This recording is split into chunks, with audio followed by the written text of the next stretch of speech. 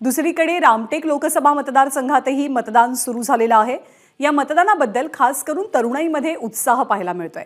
मतदानाच्या रांगेमध्ये first voters सुद्धा होते। त्यांच्याशी संवाद साधले आमचे प्रतिनिधी तुषार कोहळे यांनी।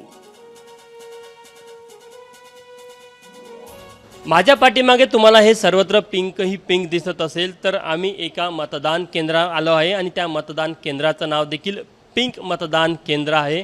उमरेड जे रामटेक लोकसभा मतदारसंघाअंतर्गत येतं तिथलं हे मतदान केंद्र आहे।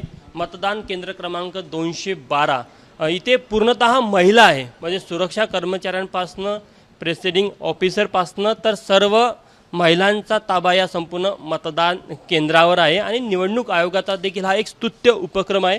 महिला सक्षमीकरणाच्या उद्देशाने वेगवेगळे उपक्रम केंद्र सरकार असेल राज्य सरकार राबवत असतं। कुठेतरी महिलांच्या सन्मानासाठी आपल्याला त्यांनी वेगवेगळ्या ठिकाणी असे पिंक मतदान केंद्र उभारलेले आपण बघू शकतो की या मतदान केंद्रावर जर तुम्ही बघितलं ना तर महिला आलेल्या आहे आणि विशेष करून पारंपरिक वेशभूषेमध्ये देखील ते आपल्याला पाहायला मिळतात। एक कुठेतरी सन्मान त्यांचा निवडणूक आयोगाने वेगळ्या पद्धतीने केलेला आहे। तुम्ही या पिंक मतदान केंद्राचे भाग झाले, काय भावना आहे तुमच्या? सर खूप छान वाटतंय। आम्ही या पिंक याचे निवडणुकीमध्ये पार्टिसिपेट आम्हाला सहभागी केलेले आहे त्याबद्दल। आणि विशेष म्हणजे शासनाचा हा वेगळा उपक्रम आहे। खूप छान वाटतंय सर। तुम्ही सांगा तुमच्या काय भावना आहे? सर सर्वप्रथम निवडणूक आयोगाला आम्ही खूप आभार देतो आहे आमच्या टीमकडनं की आमची नेमणूक या महिला विशेष बूथला झालेली आहे। आमच्या बूथचं स्पेशल नाव ठेवलेलं आहे की पिंक बूथ।